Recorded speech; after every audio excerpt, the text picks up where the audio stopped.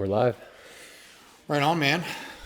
What's up? Not much, dude. You're here. I'm back 1 year later. Well, I had like 11 months. 11 months. You came out in what? I think you July. Came out July, and then when did you come back again? October. That's right. We went bear hunting. We went bear hunting. Yeah, but it was super hot still. Yep, and it stayed hot. It stayed actually right after you left, it cooled off. Yeah. So, welcome, guys. This is our second podcast that we filmed.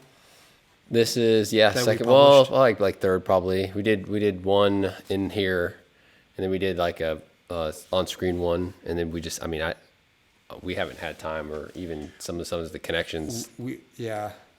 But what we do have is the ability to take that cam link, right? Yeah. But it's like taking the time to edit it is a bear. Yeah. So. But now, I think this episode is going to be pretty special considering what we just accomplished, and lots of great after actions, and I can even throw some B-roll over this. Oh, we could absolutely. Yeah. That would be super rad. Actually, I didn't even think of that. Yeah. So B-roll from the match and stuff like that. Mm-hmm. We could actually fire a video up here, watch it, and then cut it over the top of the conversation, right? So it's just like live commentary, man. But for those, so if you guys are listening to this on the podcast, definitely check out the YouTube video that we'll post of this. I think it'll be a lot more enjoyable for you guys. But if you guys are driving to work or whatnot, we get it. Welcome back. Welcome to the Modern Day Sniper podcast. My name is Phillip Vallejo, and got my partner here. And I'm Caylen Wojcik. And, together we're Modern Day Sniper. But if you're new to the podcast, this podcast is for the modern day rifleman. And whether you're a professional military law enforcement sniper, a long-range hunter, long-range competitor, or even just enthusiast, our focus for the podcast is to communicate relevant information in the game of long-range shooting, to help you out with whatever you plan on doing with long-range shooting, just to be better at your craft. And we're all students of the craft. No one's ever a master of it. And we're just here to share our journey with you guys, so hopefully you guys can learn from us. Yeah, I learned. I was a student this weekend. I think we both were. Yeah. Yeah, there's a lot of learning that happened. Yeah. Dude, I think to even tee this or to start this off, we should start for the positional course release, and then the load development, and hey, wow, what we're gonna do. There's so much shit going on in the background. Well, I guess I think it was so this past weekend was supposed to be backcountry hunter course 1, right? But because of the snow, we had to cancel it, and then I was like, okay, since that week's open, let's go ahead and shoot our first team match, Granite Creek. So that's how that went down, and then, we saw each other in Montana 2 weeks ago for MS2OA. I gave you 500 bullets of the 110A tips. And I hadn't even started my reloading process yet. Let's see. I started load development on those. I could check the Mighty Network because I made a couple posts. That's right. But I think it was the Monday. No, it was. I started my OCW. I had some mentorship students here for hand loading. So it was perfect. I set up 3 presses in there. Yep. And we just went through the OCW process. And I actually developed my OCW while those guys were doing it. You know what's crazy is you did an OCW test. I'm going to crack this open here. It's my White Claw. And I did the newer version that we talked about with Scott and with Scott Satterley, where I did a jump test first. And then I found a charge weight because when we talked about this, I was like, I want to make sure we're running the same speed. Sure. Right. And so you did your OCW test, but you didn't know the velocity until after you figured out which groups or which charge rate you wanted to go with. Yeah. Right. Can you walk these guys through for those? For sure. So the OCW is just it's an older school method of developing a charge. I think it's a little bit better. It's very similar to a ladder test. It's very similar in the ladder test to that. Instead of shooting 1 bullet per charge weight at a target at, say, 600 yards away with a ladder test, you do 3 bullets or 3 cartridges per charge weight. And you shoot those at 100 yards. And what you do is you map out where the point of impact is, the average point of impact for whatever group it is that you shoot. So what I do is I plot that out. I use the Ballistic X program. I just take pictures of it. And then on the X and Y plots, I set up a chart in Excel and just say, hey, charge 38.6, X plot, Y plot. Highlight that, and then you build a graph. You build a bar graph off of it. And so what the bar graph allows you to do is see the flat spots, or they're not necessarily flat. They are on the graph. They're flat on the graph. Yeah. But what we're looking for is a consistent point of impact placement. And then on the graph, you'll watch it go down and then climb right back up again. And it'll be on the whatever spot has the most flatness across a specific set of charge weights. Yep. That's the optimal charge weight. Okay. Yeah. So you're almost using, well, like with today's technology, Excel formats, and because I wonder if they had that stuff back when they developed it. It's more back when they developed it. Like he puts a bunch of example targets up on his website because he wants to try to teach you what to look for in the groups, because they didn't plot it out back at that point in time. So when I started to look at it, and I was like, man, okay, these group sizes can be, if you don't precisely triangulate the group size, you won't be able to really clearly see the commonality and the point of impact shift. So that's where the Ballistic X program comes in super clutch. Yeah. Because you just get to see it visually instead of trying to discern, because we haven't found out seating depth yet. Yeah. Right. So you can take a gamble. You can take a judge. So like, as an example, one of the mentorship students, he was shooting 109 grain hybrids. And I said, hey, when you start your OCW, let's figure out where the lands are. And once we figured out where the lands are, I said, I want you at 20 thousandths off the lands. As long as that's inside mag length. He was shooting a 260 Remington, and he was just barely inside mag length. And I was like, perfect. Then keep you at 20 thousandths, because I know those bullets will probably shoot really good at 20 thou. Yeah. Then the other guy was shooting 140 grain ELDMs. Okay. So we know that those ELDMs like being jumped about 50 to 80 thousandths. And so we measured his lands and looked at mag length and just kind of judged, all right, cool, we're going to start yours at 50 thousandths off. Okay. And both of those initial OCWs yielded some decent groups. Nice. So we knew that the seating depth was pretty close. The 260 dude, it was like we went up to the target, and every single one of his charge weights was like a freaking, the size of my pinky nail. Nice. So I was like, those bullets shoot really good.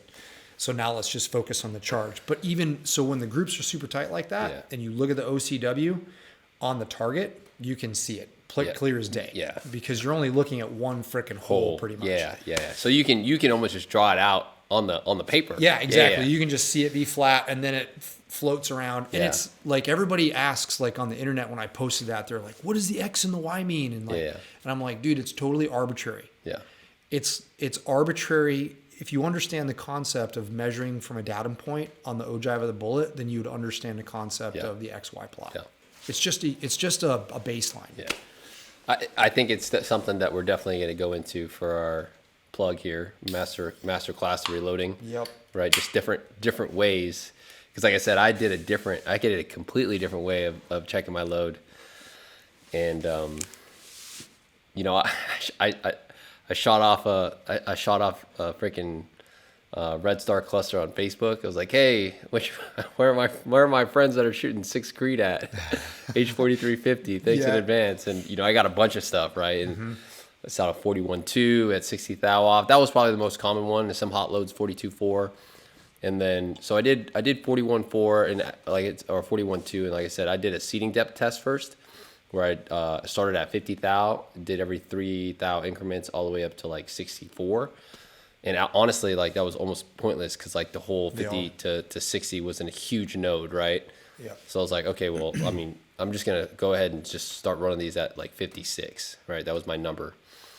And then, 56 was my target, and then I went back and I looked at the loads that you were looking, or the pretty much the charge weight you were going. So I knew that since you were stuffing only like 39, right, around 38, 39. That was where I started. This is interesting. Yeah. This is super interesting because we were trying to get everything lined up. Yep. And so both of these barrels on this gun, that gun, are proof prefits for arc actions. Yep. Right? They're having witnessed proof's ability to measure stuff. It's insane. Like literally every single one of those barrels is the same. Yep. Right? With the exception of perhaps the run out of the actual bore itself. Yeah. Yeah. However minimal that is. Yeah. So I was shooting Nosler brass, 108 ELDMs, out of the first barrel at 2950, 2940, and that's what I shot at Idaho with 38.6 grains of H4350. Okay. Oh, that was super hot, right? Well, no. That was super light. And everybody would look at that charge weight and they'd be like 38.6. Yeah. That's like, holy shit, man. That's like dasher speeds. And I'm Yeah. like, no, bro. It's like, that's what's working and it's producing 2950 Yeah. with 108. So I was like, okay, with these new A-tips, I was like, it's got to be it's got to be close. Yeah. It's got to be super close. But then the ogive profile of the bullet is different. Yeah. Everything's different. Seating depth is just all going to be different. So that bullet is going to interact with the throat completely different, and it's going to build a completely different pressure curve. Yeah. And so I started at 38.6 on the low end because I wanted to shoot those at right around that 2950 mark. Yep. Well, that yielded a velocity that was like 2860. And so I was like, whoa, this is really, then it was like, oh, okay, well, that's why the bullet dimensions are completely different. Yeah. The profile's different. You got to like start from complete scratch. And that's what I did. I started from complete scratch, and then I found a note at like 40.2 is what I loaded. 40.2. Yeah. Okay. Yeah. So in the meantime, during all of this, at the same time, I'm trying to break this barrel in because it was brand new from Short Action Customs. Because I sent it over to Mark and Alan over. I was like, hey, Caylen and I want to start shooting team matches, but we're going to shoot 6 Creed because, I feel like the Creed is better at these field style events. And we'll talk about that here in a little bit versus like a BRA or even. We definitely could have gone by with a 6.5 Creed more, but honestly, like after watching Trace, again, we'll talk about that here in a second, like a lot this past weekend, like just super beneficial to have that Creed. And yeah, I mean, I found a bunch of old Lapua brass that I bought a couple years back before Gunworks, and thankfully there was like 200 virgin pieces of brass that were 6.5 Lapua. I was like, oh shit, perfect. So I resized them all of them. So I pretty much shot all virgin brass this week. It's like for the guys that are like, oh, I need to have once fired shit, or trust me, after the size of the fucking targets that we shot this week, like It doesn't matter. I will run fucking virgin brass anywhere. It doesn't matter. As long as the case prep is the same. Yeah. You're producing the same ammunition. Yeah. And that's another thing with like all of these posts that people are like the famous Magneto Speed SD of 4, right? The SD doesn't mean anything because the sample size is way too small, Yeah, right? yeah. So you need like a sample size of 30 plus to have a reasonably accurate SD. What we should be focusing on is the extreme spread. Yeah. And 30 bucks, 30 rounds with 8 tips over a Magneto Speed. Whew, that's expensive. Yeah, for sure. Just to find out a number that doesn't really, what is it like? It doesn't really mean anything. Yeah. So the extreme spread. So I just ran, I did an OCW and I followed the same process. Yep. The OCW. I did it for a 308, shooting 178s to get prepped for MSTOA. Okay. That yielded an extreme spread of like 8 feet per second, and groups in the 0.2s out of a little 12-pound 308. Yep. Works, right? Then we did it with 2 students in here at the mentorship for reloading. They went through the exact process. Both of their loads yielded. The 260 had like an extreme spread of 12 feet per second. The 6.5 Creedmoor had an extreme spread of like 9 feet per second. Nice. And both of the students were freaking stunned that their rifle would shoot that good. Yeah. Like, Ben's rifle went from shooting 3/4. Was it Ben and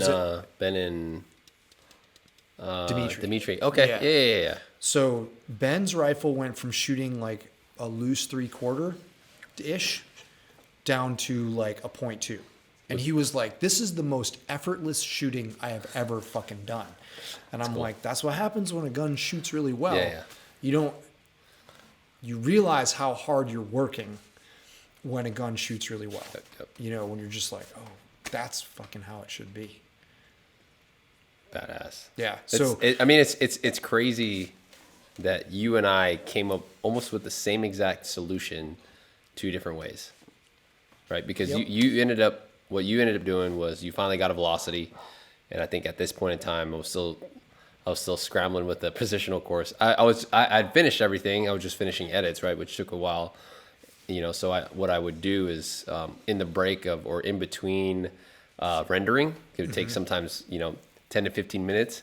I'd head over to the loading room and either resize or yeah. So it worked out, and by the time I got done, I was like, because we released Thursday, and I think by Thursday morning or even Wednesday night, I had a velocity. Oh yeah, it was Wednesday night. I had a velocity because I did that. My ladder test from like 30. I think I started at like 39.0. And worked my way to 41.4 every 3 grains, right? And then I saw that huge node from like 39.3 to 39.9, and I just used 39.6, which yielded me 30.15. Right, and that's bizarre because like I needed 40.1. Yeah. I'm shooting Nosler brass, large rifle primer, and a reasonable freebore dimension in that chamber. So it's like, and you're jumping 70 thou now, right? Yeah, I'm jumping 70 thou. Yeah.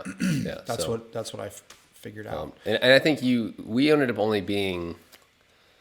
We'll get into this here, but muzzle velocity wise prior to, and this was the goal, we were only 10 feet per second off in theory, right? But our dopes lined up.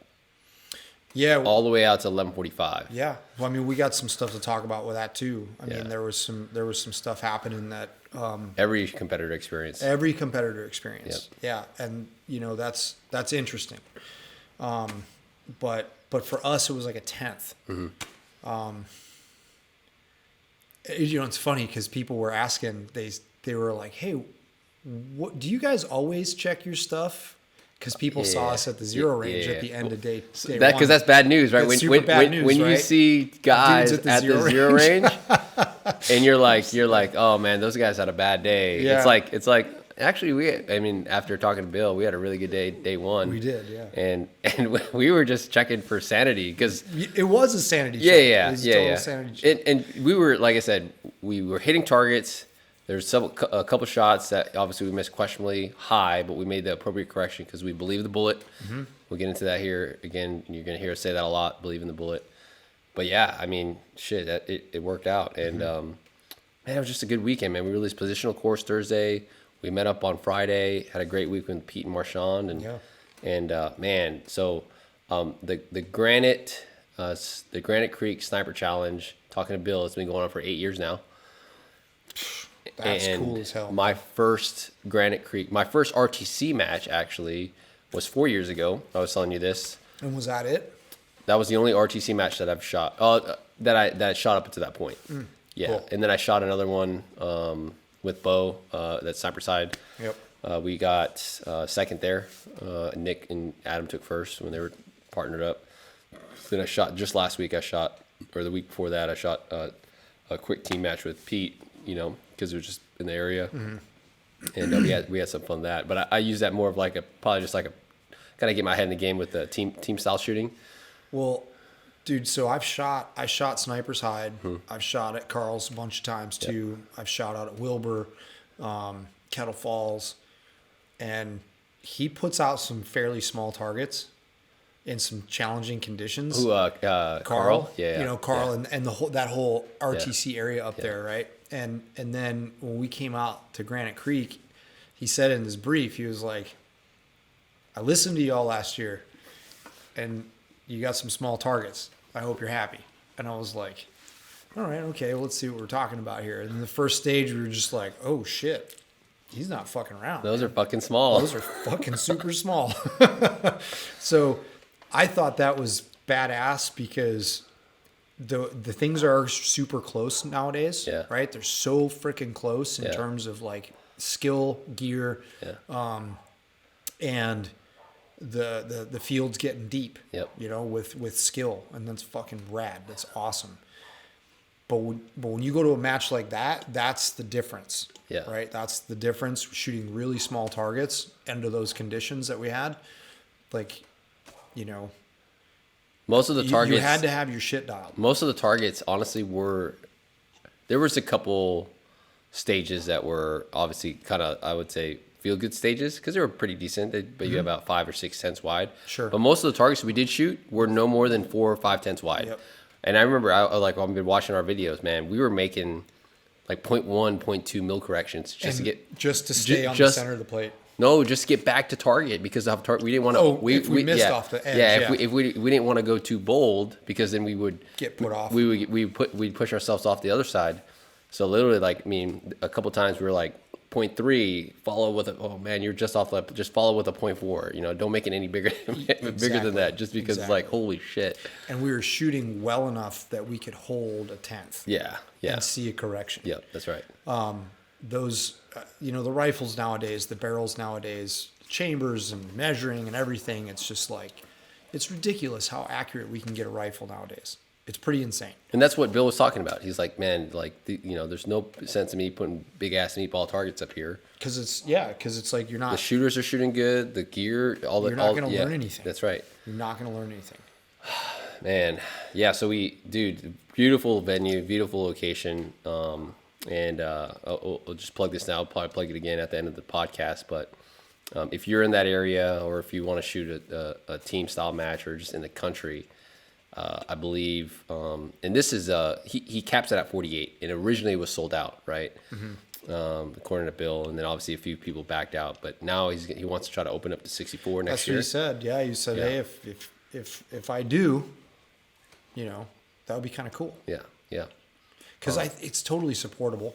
Oh yeah, we were finished so early. Yeah, yeah. I mean, ridiculous. That's 5 minute, and 5 we got minute a late stages. start. Yeah, yeah. 5 minute stages, and you know, for this match, the way it worked is, you know, we were able to essentially do a lot of our homework on the before the clock, right? So the way we go up and the RO briefs us, hey, these are your targets, and they're pair fire, and or there's only one stage or there's two stages. Two stages where one shooter had to shoot the whole course of fire, and then the second shooter would go, which was the mover stage, and then then the big win stage. Like with the 8-inch fucking plates all the way out to fucking 1,000. Fucking out in that field, blue circles, these little tiny fucking dots out there. Literally, God, like damn it. smaller than fucking dinner plates out to 1,000. It was like that. We misranged the first one or the fifth one, but anyways, we only had a couple bad ranges this past weekend.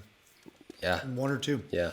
So first stage, the spool stage, the only stage that was off of our belly. There's two stages that were off your belly. Two stages that were off our belly. One on day one and day two.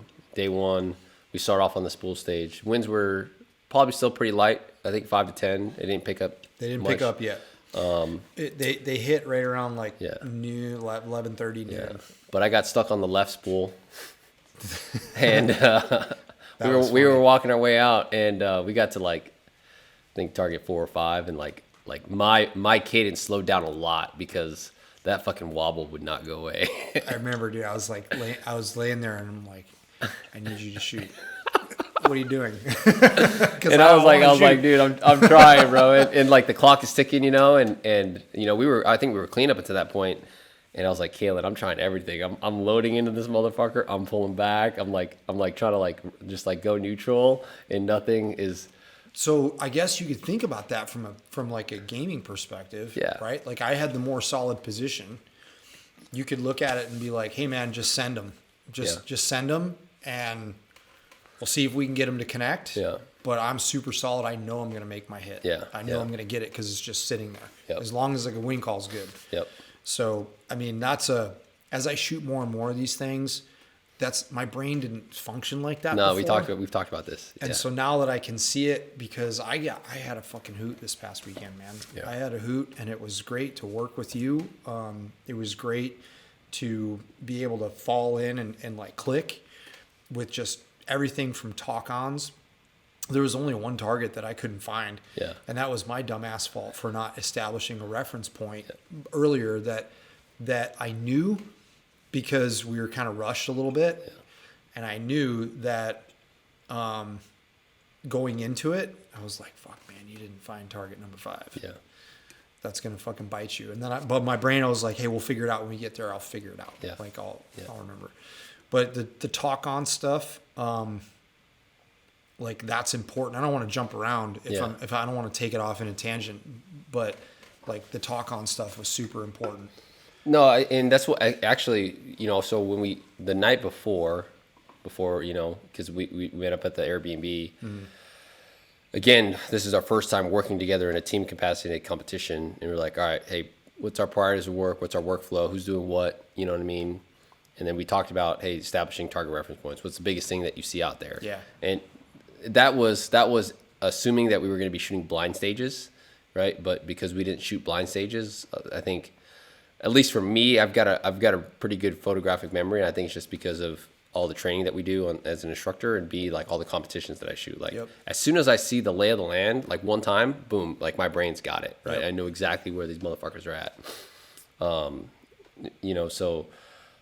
I know a lot of shooters struggle with that. They do. It's like, how do you get better at that? It's like, okay, well, yeah, you work from big to small, but you also shoot more matches. You shoot more field style matches. Yeah, and you practice breaking stuff down. Like, a lot of the people that, especially out at this particular match, I think a lot of the people that were there are hunters, right? So they understand how important it is to take that photographic memory snapshot of what you're looking at, because you know that if you don't, you're going to pay the price for it, right? By a lost opportunity after you work so hard to have that opportunity. Yeah. You only do that once or twice. I mean, imagine if you had blown it on that mule deer, right? Imagine if for whatever reason something happened and that opportunity, like right at the very moment that you were going to press the trigger, he walked behind something and you never saw him. Yeah. Yep. That's hunting. Yeah. Right. And so you only have that happen to you a couple of times before you're like, fuck everything about that. I'm going to do anything I can to prevent that from happening. Yep. So because you work so hard to have that opportunity, and that's where those lessons come into play. Exactly. But we're not going to learn the lessons unless we're aware of it. Yeah. So, or exposed to it. Or exposed to it. Yep. So it's the same thing with coaching students with wing calls. Yep. It's like, no, dude, you have to go do that, miss a bunch of targets, and then understand why you missed them. Yeah. Because that's how you're going to learn. Yeah. So, as we were the night before, we were putting together our dope cards, right? Again, with even with a 10 feet per second muzzle velocity off, we still checked our our dope out to 1,000. And I think we were we were on point out to a grand. Yeah, we were on point out to a grand. Once I passed a grand, because these bullets were flat, right? Like super flat, dude. With my BRA and with my 6.5 Creed, like once I start to get I think 500, because I run my dope card at every 20 yards. Me too, yeah. You start to see a 0.2 difference every 20 yards. So I noticed that I could go every 50 yards out to about 500 with these bullets. Yeah, and have enough resolution. Because every 20 yards only yielded a 0.1 difference. Yeah. So you can extrapolate. Exactly. When you got into and a lot of the targets were odd targets, right? So you're like, well, shit, am I going to round down or round up? They were small enough. Yeah. They were small enough, most of them, that decision might matter. Yes. Based upon what was behind the target. Yep. So some of those targets I would have much rather missed high than low. Yeah. So because of where they were. Yep. So it was a great learning experience, Yeah. man. That was really cool. I think what helped us too is like, okay, we established that we had a 7-mile-an-hour gun, right? So, if you guys ever take a look at our dope cards, on the gram or on social media that we post, like, we'll have our yardages, our main dopes, typically out to 1,000 yards, and then 2 other columns after that. And I use it red, Caylen, I think it's blue. Yep. Right, is our win values, full value. And there's no point in running the gun number because it's just the range to the You already target. know that. Right? So because we knew it was going to be cooking, we did a 10 and 15. And honestly, that fucking saved our ass throughout the whole day one, I would say. Well, even even then, like when if I have a rifle that's like a 7-mile-an-hour gun, why not do a 10 to 15? Yeah, yeah. Because that between 7 and 10, it's like tomato, Yeah, right? You can really easily extrapolate. But knowing that, because I looked at the Windy app, and for those of you guys that are out there like trying to figure out a better way to like read the predominant direction of the wind, get this app called Windy. There's 2 of them. There's a blue one and then a red one. I use them both, and I use them a lot for air sports like skydiving and stuff because they're super accurate when it comes to wind speeds and directions, like to within the hour. And so when I looked at that report, I knew that it was going to hit right around noon. Yeah. And dude, just according to everything else, it hit, and it was just like 20 fucking plus. Yeah. And so the other thing that the Windy app can help with is that where you're at, like there were many instances where we were on the hillside. We were in the dirty air, meaning where the bullet was going to be in the clean air was a little bit different than where we were. Yeah, because a lot of the times it felt like a fucking no value wind because it was rushing up at our face because we were literally at the. We were kind of walking around the crest of the hill. Yep. Right, but because of being so high up, that wind is just shooting straight up toward us. Yep. Right, but at no point in time was until the last stage, right? Because fucking we got hailed on. Oh yeah, right? That was funny. Like the last stage was the only time that we held damn near straight up or within the target. Yep, that's it. Everything else, man, we were holding anything from like, a mil to 2 mils. 2.5 mils was our biggest hold. 850 was mine at the fucking 8-inch plate. Yeah, that's right. It was like 2.4, 2.5. 2.5, and then we went out to 1145 on stage 9 at the very end there. 1145 yielded us 2.3 to 2.4. So this really is like a testament to the accuracy. Not only even the accuracy, but the attentiveness to the process. Yes. In terms like, dude, I started load development the Thursday prior, right? Yep. And I had students here. I'm doing stuff during the weekend. It's not like I can sit and dedicate, just sit in the shop for a full day and get it knocked out. But being able to, like, how many, like I fired about 5 shots to get zeroed on Thursday morning. Or Thursday evening at like 8:00 at night. Yeah. I fired 5 shots to get zeroed, 5 more shots to get a muzzle velocity. Then I fired 2 shots at 900. The bullets hit center. Yep. And then I fired another 5 shots at 1400 and got 2 hits. And it was like the elevation was only a 10th off at 1400 from what Fordoff said. It's crazy. And so it hit dead center at 900 because that was the point, the time of flight, 1.3 seconds. And then I was like, okay, well, that was fucking easy. So let's take it all the way out to 14. Yep. And check at 14. It was a 10th off. Yeah. Yeah. It called for 12 point. The data called for 12.2, and I ended up with 12.1. Yeah.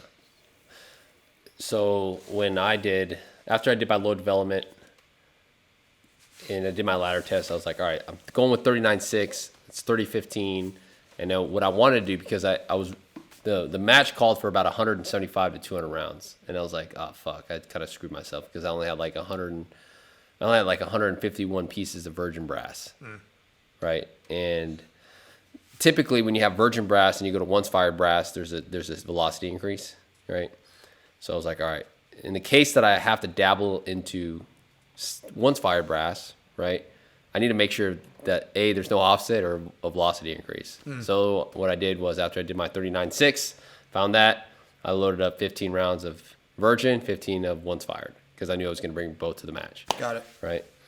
And I shot my 5 rounds and I loaded a couple rounds of, one it, and I shot at the furthest target at the range that I was shooting at was the 1145. And my first one hit my virgin brass, hit the top of the plate, and my once fired went over the plate. But it was only a 0.1 difference, right? And I was like, all right, as long as I, if I have to use twice fired brass, I'll come down another 1/10 from my dope, right? If I do have to make the switch. Thankfully, after day 2, right, or just the conditions of day 2 gave us a low round count. Yeah, so I didn't even bleed into. Like I said, I didn't even bleed into my once fired brass. Most stages were 6-round stages. Yeah, for us, yeah. So that's because that was a clean. So the way for those guys that are listening that maybe compete in PRS or NRL proper, not the NRL Hunter, the way that these team matches and every RTC match is different. Every match director has their own kind of target scoring and stuff like that. The way that Bill Wood and Peter Howell ran their match was you have up to 3 engagements per target. The first round impact is 4 points, second round impact is worth 2 points, and then third round impact is worth 1 point. But you only have up to 3, very similar to our modern day sniper evaluation. Pretty much, right? yeah. The only thing is that we offer an opportunity to make up points. To make up points. So if in most stages had a total of 6 rifle targets, sometimes a few pistol. Yeah. Right. Yeah, So actually, if they did have a pistol stage, it was 7 targets, six rifle, 1 pistol. So in theory, the shooter, each shooter could clean the course of fire in 6 rounds. Mm-hmm. And I think you and I only probably shot like 2 or 3, maybe not even that. 2, other than the mover and the KYL that were dedicated 12-round stages. Yep. I think maybe 1 or 2 we shot over 10 rounds. I don't even ever remember doing a mag change other than the KYL and I had some magazine issues on one stage. I was watching a video when you did have a magazine issue. I want to talk about that because that's just like straight up weapons manipulation shit. Yeah. So I don't believe that I ever did a mag change at all. Yeah. Like I never had to do a magazine change other than those 2 that required 12 rounds. Yeah. So we always shot something like 9 or 10 rounds, like right at 10 rounds. Yeah. But day 2, like I cleaned, like I was watching some videos. We cleaned one stage together, which was the fence post stage. Yep. And then you would either clean one and then I would just drop 1. But I think there was like 2 or 3 that I only shot 6 rounds. Yeah.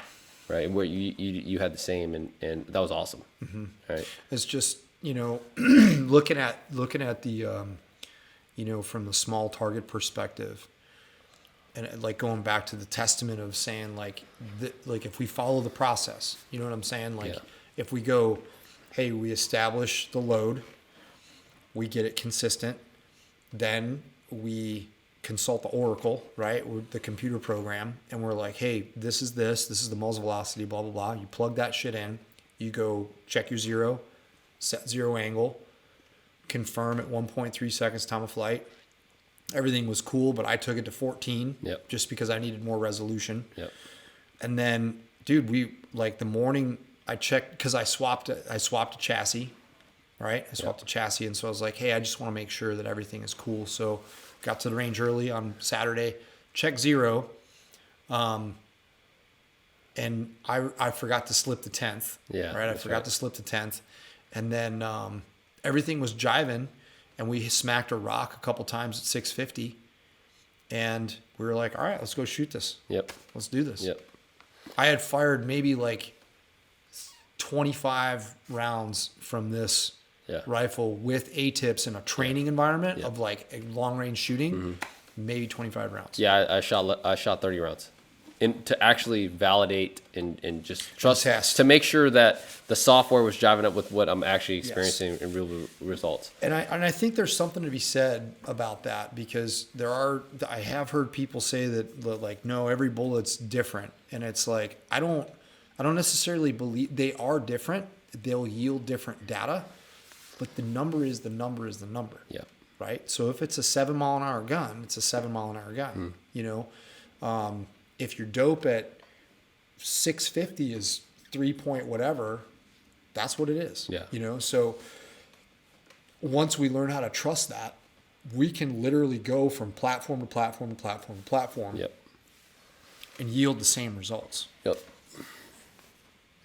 Yeah, you know, so if you guys are thinking about shooting a team environment, like shooting the same, and that's honestly when Bo and I shot together and it got second behind Godarzi, we made sure that our both 140 ELDMs were the exact same. Right. And we were sharing the same dope, same wind calls, right? And you and I, right, there was a couple stages. It was actually at first, it's because when you were cooking up aerodynamic jump inside of your firing solution, right, for a couple of stages, we got to, I think it was a 920, and I was like, hey, I'm at 5.4, and he's like, all right, I'm calling. Mine's calling for 5.8, and I just actually posted the video. Yep. I was like 5.8, no way, dude. Yeah. And so yeah, that's a good point. Making sure that we are using on the forward off program, making sure that we're using no wind trajectory, because it's overcooked. It's not real. Like, it's real, but it's not what it says it is. Yeah, and I haven't found a, you know, and that's something that I do want to talk to ballisticians about and propose a question. But anytime that I ever get any of my, and I teach this in class, anytime that I ever get any of my hard dope, I leave my wind on 0. Mm-hmm. Yeah, that's something that I overlooked. Yeah. I overlooked it, and it was like, oh, okay, no big deal. And you just take it off. It's not a problem. Yep. And we ended up having to do that. And I don't know, like, there's some times where I hear shooters say, and I thought about it this week, and they're just like, the wind was messing with me. It was just like this and then like that. And then I asked myself, I'm like, okay, can you shoot, if you're shooting a 1-inch dot drill at 100 yards under these exact same conditions and cadence of fire, would those bullets be going exactly where you place the crosshairs every single time? And we know that is more often than not, not the case. Yep. Right. So even with us, like I don't, like, sometimes I don't shoot a dot drill that well. Yeah. Depends on what's going on in my headspace, or, you know, what am I doing? If I'm shooting a dot drill once a day for a week, then by like the end of that week, I'm going to be really fucking good at a dot drill. Yeah. So we got to understand that, you know, there are, like, we do make mistakes. Yeah. You know, we do make mistakes. And when the rifles are shooting as well as they are, we have to be able to, if we don't own those mistakes, it's going to send us down a rabbit hole of saying it was the wind, when the reality was we didn't. I mean, there was a couple of stages where we went like maybe 0.5 in terms of wind shift from when we started to when we ended it. But the majority of them were a couple of tenths just to keep ourselves centered in the plate. Yep. So, it can be a little strange sometimes. But when we believe the bullet, and we know that we're breaking completely clean shots, and we know that we can verify that we're breaking clean shots with doing dot drills all the time. Like, I got a lot out of what Robert was talking about when he was like, I train for matches by shooting dots at 100 yards. Yeah. I was like, yeah, dude, there's some credence to that. You know, not to like be like super cocky when I say this. I feel like in the way that our dialogue communicated, it was like, hey, if I call out a tenth or whatever, or like whatever, a point value, that means it was a clean break as center as I could to whatever that wind hold was. That worked perfectly. Right. And I would say, other than the spool stage, every shot that I broke was as clean as I feel like I could ever make a shot, because it was mostly prone, right? So we had plenty. Mostly prone. We had a bunch of time. More often than not. right? And Yep. and like, I'm like watching these videos, I'm watching my GoPro, and I'm going through the same exact things that I would be doing in training, right? Dude, I wish we had a trigger cam. On Dude, guns. I thought about it, It and was so badass. the only reason why I didn't is because you lose a little bit of, it's like wearing sunglasses, right? You lose a little bit of that, and I feel like if I had it on, especially for a couple For the stages, long targets. I wouldn't be able to see exactly where either my bullets going or your bullets were going. Agreed. And dude, I would have loved to though. Like I even thought about it. I was like, man, I'm thinking about just strapping a GoPro on. Well, let's see what the Gen 2 yields. Yeah, Those are on the way. Yeah. So No, I think it was good. Like what we did before every stage, especially like if by the time we got into the rifle, we weren't completely sure of wind direction or wind speed, we'd sit there and we talk like, hey, all right, this is what a 3 mile an hour is. This is what a 5. This is what a 7. Or like day one was more like, hey, this is what a 10. This is what a 15, and this is what a 20. it was pretty constant. Yeah, and I was like, all right, like I'm gonna open up with a 15, right? Which is, let's say, I don't know, 1.5, right? There's a lot of them like And that. then I called it out. Hey, boom, 1.5 didn't work, and then made a correction. You say, hey, off right. Okay, I saw it. I make the correction, and then boom, 1.8, right? And that's how I'm calling. Meaning that, hey, those were both clean shots, and that's just the most amount of communication that you and I had to keep everything clear and concise. Yeah, absolutely. It's almost like that's an instruction. Yeah. That's an instruction Yeah. at that point in time. Like if I hear that, and you're not going to tell me, I don't know. No, it's like, hey, Yeah. that's what I held. And then if you call that out and then I watch the bullet splash and it's a tenth to the right, Yep. I'm going to say in my brain, I'm like, okay, well, I'm going to hold 0.6. And there was a couple times that we did that. We're like, we both saw, boom, 1.3. Oh man, I hit left. Use 1.2. Yep. Totally. Yeah. And those targets were small. Small as shit. Yeah, mattered. literally, we had totally to make mattered. 0.1 differences. Because if the wind, the first day, the wind was pretty consistent. When it turned on, it was consistent. Yeah. For each stage. But the other thing that I realized is that I didn't pay attention to crosswind component nearly as much as I have in the past. Meaning, like, I didn't get super nitty gritty on questioning myself. Is it a half value or fucking 3/4, or was it a 3/4 or a full? And as long as we took everything down to a full value wind hold, everything was jiving. A lot of people still can't wrap their head around that. Yeah. Like because that's all I do for my wind, right? I don't care if it's blowing a half value, a quarter value, whatever the case might be. It doesn't matter. I'm figuring out what the full value full value effect of that crosswind. So, it was probably blowing fucking 30 miles an hour, to be honest with you, at a couple times. Several times. But, because of the value that I was blowing at, I was only using 20 to 20, 22, 23 sometimes. Right. Yep. The fastest wind call I think we had was like 22. Yeah. So. I mean, I couldn't even stress to you how fucking small these targets were, guys. Like, anyone anyone that's fucking listening to this that shot there is probably nodding their head like, yeah, it was a fucking tough match. And Well, it was prone, right? And so, aside from, and if the wind conditions weren't what they were, yeah, we would have seen a lot higher scores on a lot of those. Yeah. Basically, just because of the fact that it was prone. Yep. And then if a guy pays attention to getting good data, his bullets are going to eventually hit the target as long as he's okay on his wind corrections. Yep. Right.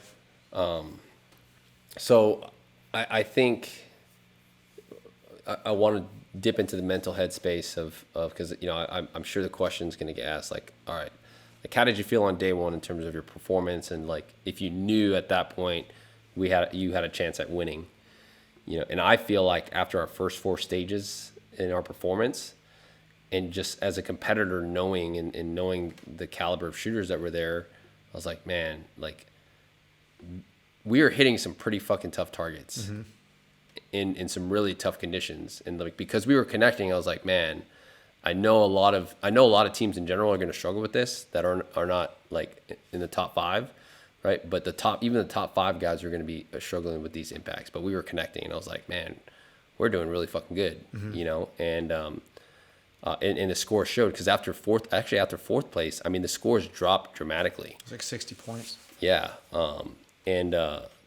You know, talking to Bill, he said that we were even up. We were up at first after day one, and we had a 78% hit on day one. That's savage, dude. That's fucking The winning team. And like, it was so close, though. He said that like the top 4 teams were within 8 points of each other, which was 2 targets. Right. So it was a close race. And, you know, we got to, we ended it. He didn't show us the scores, but, you know, we're feeling pretty good about ourselves. Like, hey, you know, like, our non-attachment to the outcome was we were just showing up to have fun, to shoot together for the first time as a team, and to just see kind of where we stacked against, again, seasoned competitors who are shooting a lot these days, right? Especially who have shot a lot together at these RTC events, you know. And, you know, again, I wasn't surprised with our performance and our communication and our chemistry, obviously, because A, we're cut from the same class. B, we're fucking, you know, we're obviously a team at Modern Day Sniper together. It was just, everything was just connecting fucking so well. And like, I mean, I also have to give it up to these fucking bullets. Like, I'm gonna plug these bullets pretty fucking hard, because like, you know, I've shot a lot of ELDMs, shot a lot of fucking 140s, 108s, shot a lot of factory the last couple of years because of, you know, the previous employer that I worked for, just because, you know, it was a lot cheaper to get, and I just didn't have. It was available. I didn't have time, you know, and you know, then earlier this year I was running burgers, 105s. Those are great bullets, and then, you know, these. I mean, like, when I connected at a fucking 8-inch plate at 850 yards. Yep. And 20-mile-an-hour winds. That's badass. I was like, all right, these bullets are for real. Yeah, they're legit. Yeah, and like everybody's experience with them is going to be a little bit different. Yeah. But what I noticed was that they performed in terms of load development like a hybrid, like a burger hybrid, and they have insane amounts of consistency. Yeah. My barrel's at 1.75. I think if you were to build a barrel specifically for those bullets at sea level, I would probably want to go like 1.7 or 1.725. Yeah. Just because we're kind of at the ragged edge. But we experienced some weirdness at the match in terms of elevation that I want to understand a little bit more of. Yeah. Or I want to try to understand a little bit more of. And that was why we were a little bit more, why we were a little higher. Yes. Yeah. Yeah.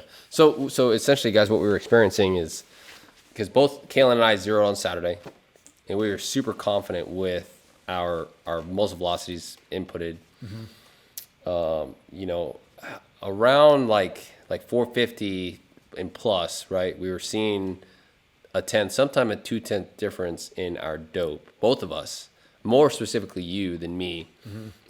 In terms of like hitting like the top of the plate or just barely going over. Well, I didn't take the 10th out. Yeah. Right. Yeah. So there's a 10th in there for mechanical. Yep. In terms of zero, pardon me, but both of us were experiencing an additional 10th for drag. Yeah. Something with drag. And we were shooting targets small enough that we could definitively say that a 1/10 of a mil would make the correction to consistently hit it. Yeah.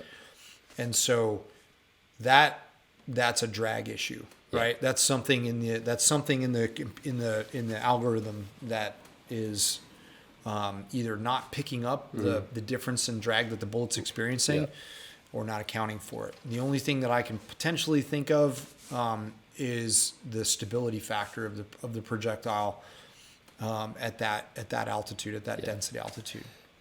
And so, again, I'm not a ballistician, but I try to shoot in various parts of the country. And honestly, like, I'm gonna just say this, like, can you even call yourself a national competitive shooter if you've never jumped on a plane? Like, yeah, if you drive cross country, good on you, but there's a lot of competitors out there that talk up shop but have never left their home region, right? And they stay at the same altitude. And like I think I talked about, like when I went to the East Coast shooting my 105 hybrids, my axial form factor from Cody didn't line up to the performance of that bullet at closer to sea level, right? And I actually noticed the same thing in California because I was shooting low, right? And I got it on video. It's like I was fucking shooting low, and I didn't believe the bullet until I saw my fucking trace. Until I saw my trace in the prone, right? Because I was like, oh, you know, when I was low, I was in a position. It was probably I always blame myself first. It's fucking shooter error. Never want to believe the bullet until like fucking like 4 times a fucking charm. And I was like, all right, something's fucking up. Well, thankfully, when I shot the East Coast match at MKM, I think that the altitude there was only like 1500. I rechronoed and I tried to use I think it was like a 0.97. What I use up here in Cody. Try to use a 0.97, and I was hitting low, right? I was like, right? So rechecked my chronograph, everything's good. So I just zeroed it out back to 1.0, and I was fucking fine. Right. So that has to do, from what I understand, a lot of that has to do with the bullet's precession. And precession is dictated by, it's basically the wobble of the projectile as it flies through the sky. And obviously the higher the frequency or the more the wobble in layman's terms, the more surface area is going to be presented to the relative wind. Yep. And so mapping that is like new territory. Yep. So that potentially could be something that we're experiencing because to actually mapping that is ridiculously difficult to do mathematically because it's really difficult to get a model of what's actually happening. But we know that it happens. We just don't have something that effectively models it. Yep. So that would be something because if we would have used the data that incorporated aerodynamic jump into the equation, we would have been all over the place. Yeah, we would have been super. We would have been super crazy, all day. And it would have. Think about that mentally. Yep. What that would have done. It would have completely unseated the focus and said, "Man, I got a problem. I have an issue." Yep. But not relying on that and using just straight up no wind data. Yeah. And going with the full value wind speed yielded perfect elevation. Well, so I think, and I don't ever see enough people do it, and I'm just going to continue to say this. Maybe people in the Pacific Northwest, but like any other place that I go with competitive shooters, I mean, those motherfuckers stay on their kestrel. It's wrapped around their neck, and like when they start having elevation issues, guess what they start doing? They start manipulating shit in their kestrel. Messing with the kestrel, right? They start fucking putting numbers in there, the inflating numbers that they shouldn't be. And like, I always write a fucking. What do we do? As soon as I get on Friday, I get my altitude. We said, hey, DA means nothing to me. That's another thing. Get away from DA, guys. Doesn't mean anything. Doesn't mean shit. Get a relative altitude, right? Figure out your average temperature and your humidity, right? And then write a dope card out from fucking 100 to 1,000, and maybe if you're going to be shooting deeper, maybe go out to 1,400, right? Which is what we did. But that is now my fucking chart. Yep. Right, and I don't stray away from it. And if there's a deviation, guess what? I'm just making a 10th difference. Right. And I see it. And that's what we did. We did. It said, hey man, it's like from here on out, take a 10th off of everything, and we're smashing center. Now's not the time to figure it out. I'm not going into my fucking Kestrel or my Ballistic app, and I'm like not trying to inflate numbers. Oh, this is what was going to line up. It's like, no. Hey, guess what? I'm a 10th high consistently, so I don't care if I'm shooting at fucking 400 or 800. Guess what? I'm coming a 10th down on my dope. And it worked. And it worked, right? It worked out the whole match.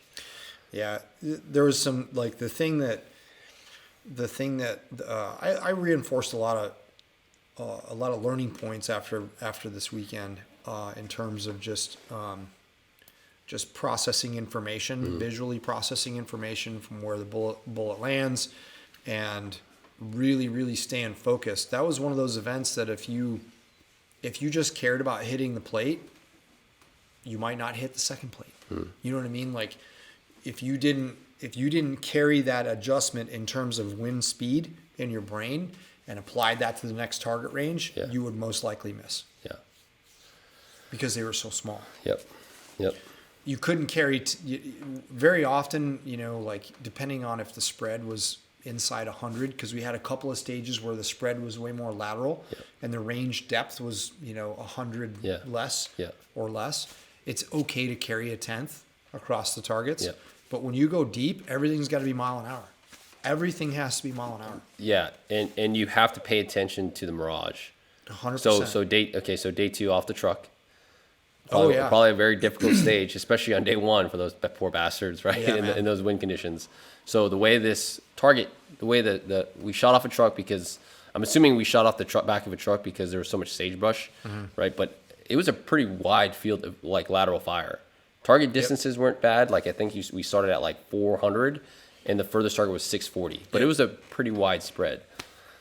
And I just watched this video. Target 1, 2, 3, and 4 all yielded the same direction and pretty much value. We got to target 5. And I missed. Well, no, I was like, Caylen, I'm going to hold straight up, because this is where, remember, when we get to that angle, we started seeing that right to left. Which one did I miss on that? No, you missed a straight up, and it was off the left because mirage started to really pick up. That's right. Right. And I didn't notice it, yeah. No. Well, because I shot on center and I hit it. And then I shot it just right before wind really picked up. I guess what I'm saying is that like I was so focused as soon as you said center, I was so focused on putting center hold on. I didn't check the mirage before I shot. Yep. But it had shifted. Yep. And it pushed me off the left edge. Yep. And then you made only a 0.1 correction to get back on target, and you hit it. Yep. And then same thing for the last target, 640. We both dialed. I think I held it because you had a hold. So now I was like, okay, I'm going to carry that wind call over to this next one. I think I held 2 tenths, and then you try to hold 2 tenths, but you were also high again, right, and off the left, and then you came down and then add another 10.3, and then you connected, right. But that was we saw some really good teams in front of us shoot that. Bo and Sky that were right behind us shot that afterwards, and they said they had a tough time. I know that was a tough stage, especially with how bad the mirage was. And the how bad the mirage was in the wind patterns, because there was like a little draw. I know just from understanding the terrain out there, that draw between us and those targets was deep. And that wind was getting sucked through that draw at a lot higher speed than like where the bullet's going through the air. That wind's going faster than where we see it. So, like I think before shooting a 6 Creed at this type of event, let's say if I came to this event with like a 6.5 Creedmoor, like a 6 BRA,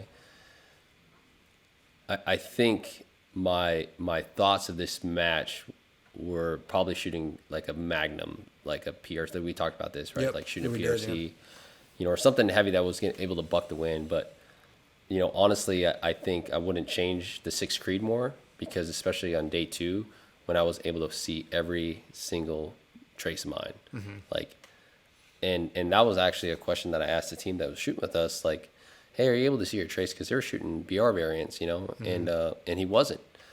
And again, I talk about this with dwell time, right? Talk about this with training with a heavier cartridge to essentially train your brain to deal with that recoil impulse, so that you're able to recover faster, to be able to see that bullet fly in the air. And guys that were having elevation issues never made the correction because they couldn't see where they were missing. Yeah, right? That'll kill you. Yeah, on targets like that. Where... And especially how the backdrop, and I kind of wish like we had at least some kind of like phone scope up, so that, because when you watch our videos that we probably put on here, if you weren't seeing trace, you would not see where you missed. Yeah, because just the sagebrush, everyone that was there knows that. Like everyone was talking about it, it's like just the way the backdrop laid and the ground laid, like many times. Yeah. Like every target that we missed, the only indication, I mean, aside from like there were some out on the first day were out in the dirt. Right? Yeah. They were out in the dirt. You could see the splash. Yeah. But like the sagebrush stuff, No, man, I'm Good luck. looking. I can see the disturbance of the air Yeah. to the left of the target, and Yeah. it's just like, oh shit, okay, I need to Yeah. add 2/10 Yeah. or whatever Yeah. it is, Yeah. and that's the only thing that was going to save you, because that sage is going to swallow the bullet up, and you're not going to see it. Yep. And there's something to be said for that. Like there is something to be said for, from a military sniper perspective, that if you could teach a dude how to do that, right? Like if he was shooting a weapon system that he was able to do that Yeah. and see that, Yeah. that's like, that dude would be deadly accurate. Yeah. Savage. I would say with the 308 in the prone, I can start seeing my trace past 500. Yep. 400 and in, it's just too close. You're I'm not still, recovered I'm yet. still not recovered yet. Well, Right. think about it. Like that is in a perfect position. That's a perfect position. Yeah. That's not. 3 fucking rocks in your ribs. Yeah, or you've just physically exerted Yeah. yourself to the point of exhaustion, Yeah. and you still have to do shit. Yeah. Like there's no way it's happening. We're literally hoping that we can see the splash, and get recovered fast enough, because everything's, the position, your physical exertion, all of the things that go into that. But if you could get a dude a platform that is, that recoiled light enough, but the bullet performed well enough to have the terminal effects that we're looking for, that's Yeah. gnarly. Yeah. Gnarly. Yeah. Like I think why I was able to really like see every fucking bullet, and like I couldn't even make this up if I wanted to, right? Was because again, all the positional class, I was shooting my unbreak 308. Dude, I could watch your bullet Yeah. like in the quadrant of Yeah. my scope fly in and hit the target. There's a couple of times that I made mid-flight corrections. Like I already knew when I pressed that wind hold, I was like, oh fuck, I'm off the right, or it was not enough wind, right? And I'm in my brain thinking, okay, I need to add another 1/10 or 2 to this follow-up, right? Yeah, dude, it's like seeing trace as a shooter. I think that's where, like, what the next step is. I think when a lot of people ask, okay, well, what's the next step in my process? Like, well, what are the percentage of trace that you can see for yourself, right? Yeah. Because sometimes sometimes even dangerous to have a backdrop where the berm is directly behind the target, especially when the target's too small, right? And close, because that bullet gets there and then you just see a puff of smoke. Yep. Right. And you're like, fuck. Really hard to find out exactly where it landed. Did that go left, right, or fucking underneath? Yep. Unless you're able to follow the trace all the way to that target. Sometimes, like I said, that having that immediate backdrop is not good. Yeah. Agreed. Yeah. That was just all in all, fantastic learning experience. Yeah. We'll do a gear video. I'm sure you guys are gonna ask us what gear we ran. I did one. I did a little vlog. I'm gonna edit it this weekend. Okay. And I can get that up. I got a lot of videos to edit, man. Yeah. I got the rifle painting video to edit. I got my truck vlog video to edit. And I got the gear video from Granite Creek to edit. So Nice. a lot of video editing, but it's all gonna be great content. I'm super pumped for it. I'm gonna do a blog on this, a typed blog on this event as a debrief. We'll post it up in the network. Yep. And then we'll direct traffic to it. We'll do an email on it too. Yeah. Especially for I would say our community of modern day riflemen, trying to make the most well-rounded riflemen that we can. These types of matches, and not to take away from the PRS or NRL, because I'm still going to compete in them. Like I said, I believe the PRS and NRL for a modern day rifleman has a purpose of where you can just focus on increasing your shooting craft.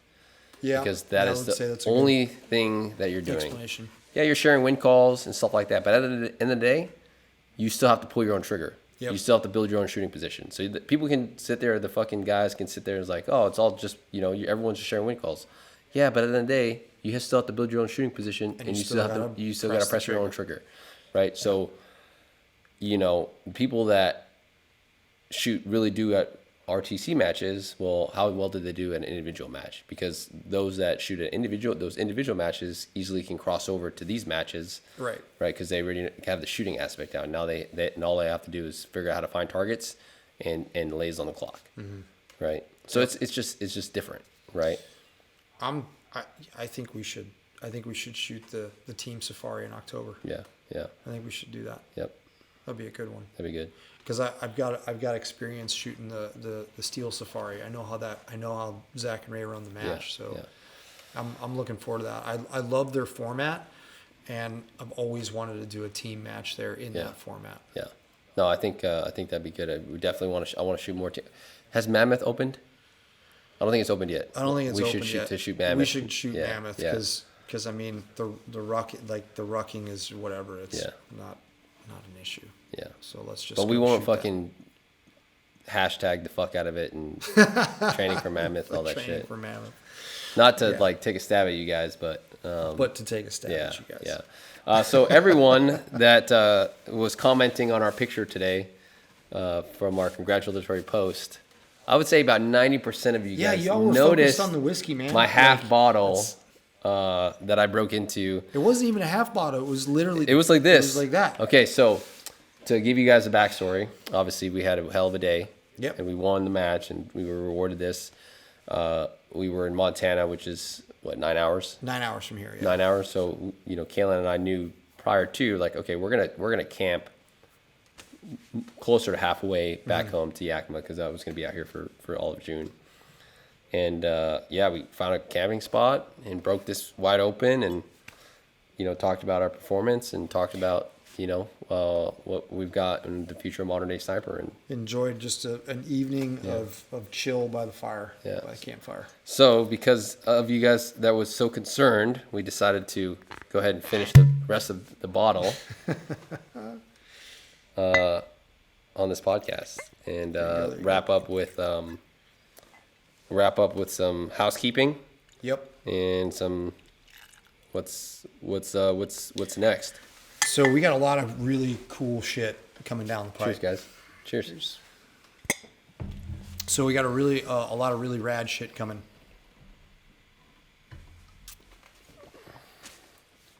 So just released the positional shooting course.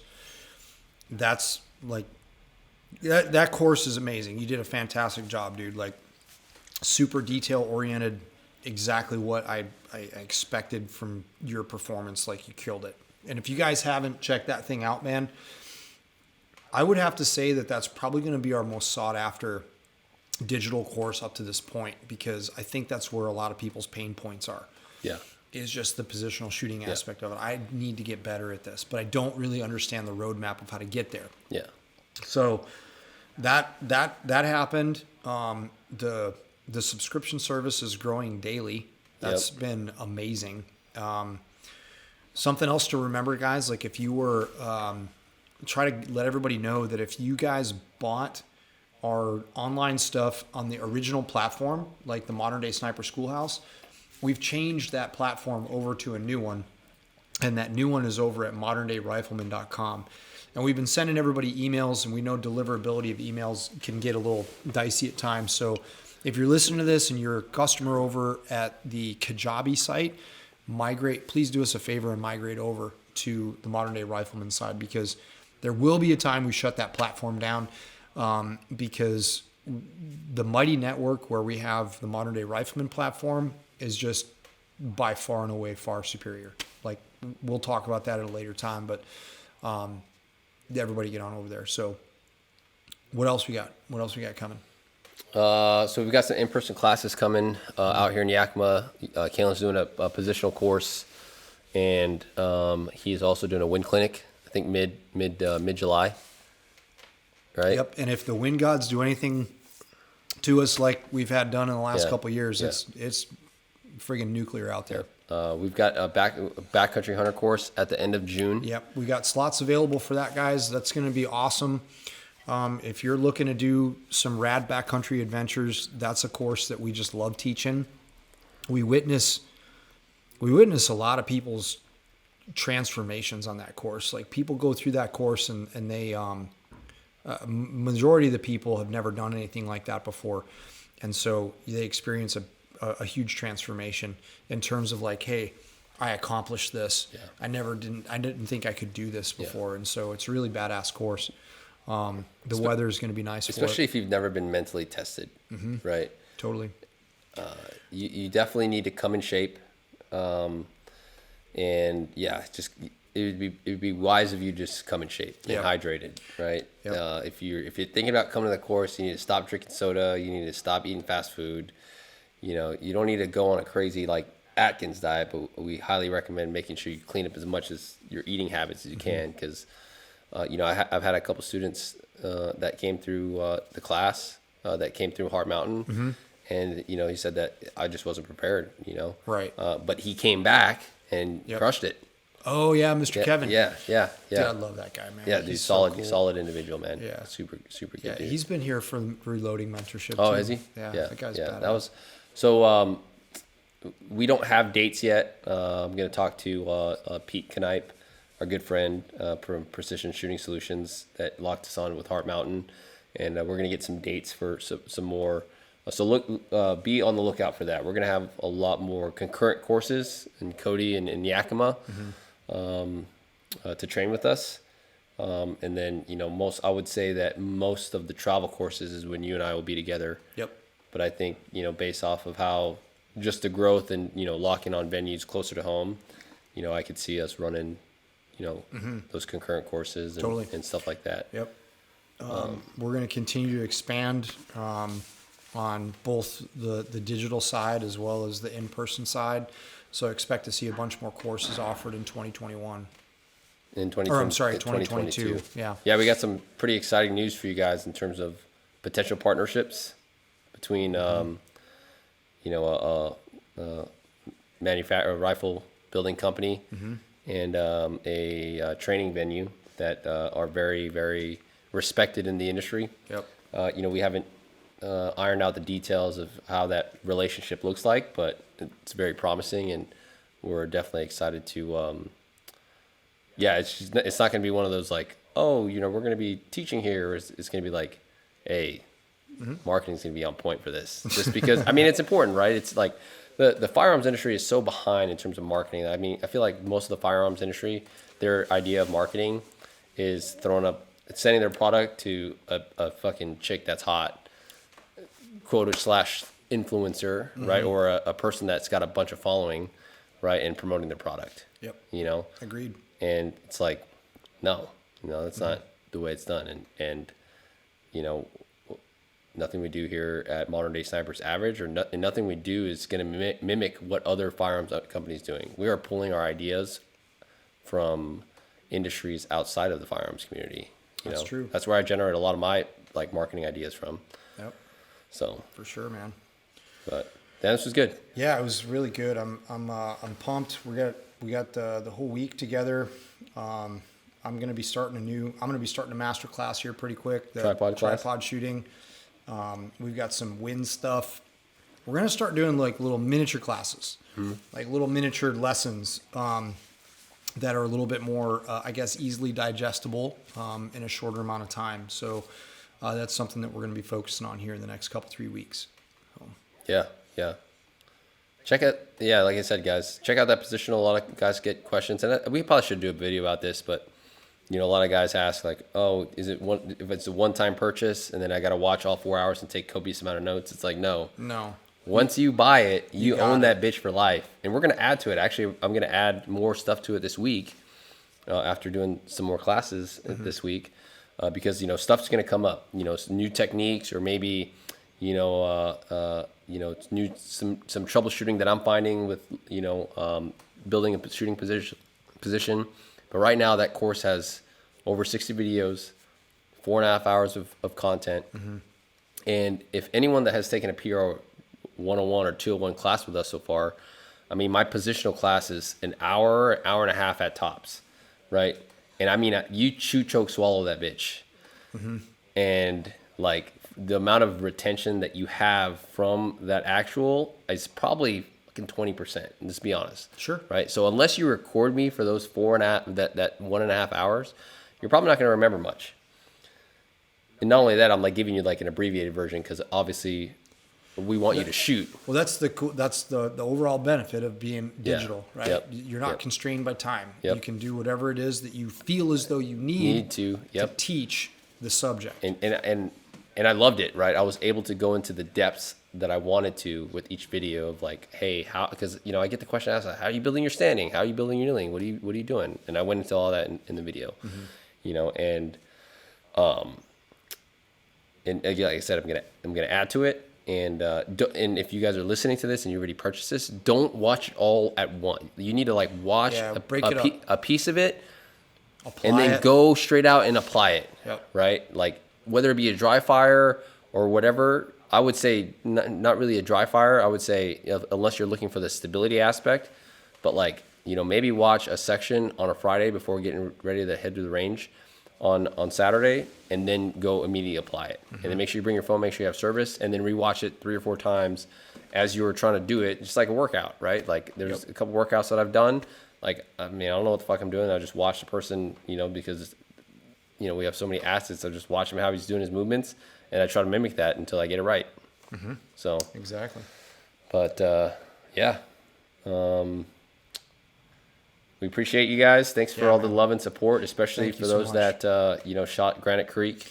Everybody was very, very gracious and appreciative, and it's like it's super humbling for us too. So we appreciate every one of you guys. I forgot. I wanted to talk about this because I think it's important. Probably the coolest stage that I've ever shot so far was the mover with the hostage. Oh yeah. So mover stages go usually pretty quick, right?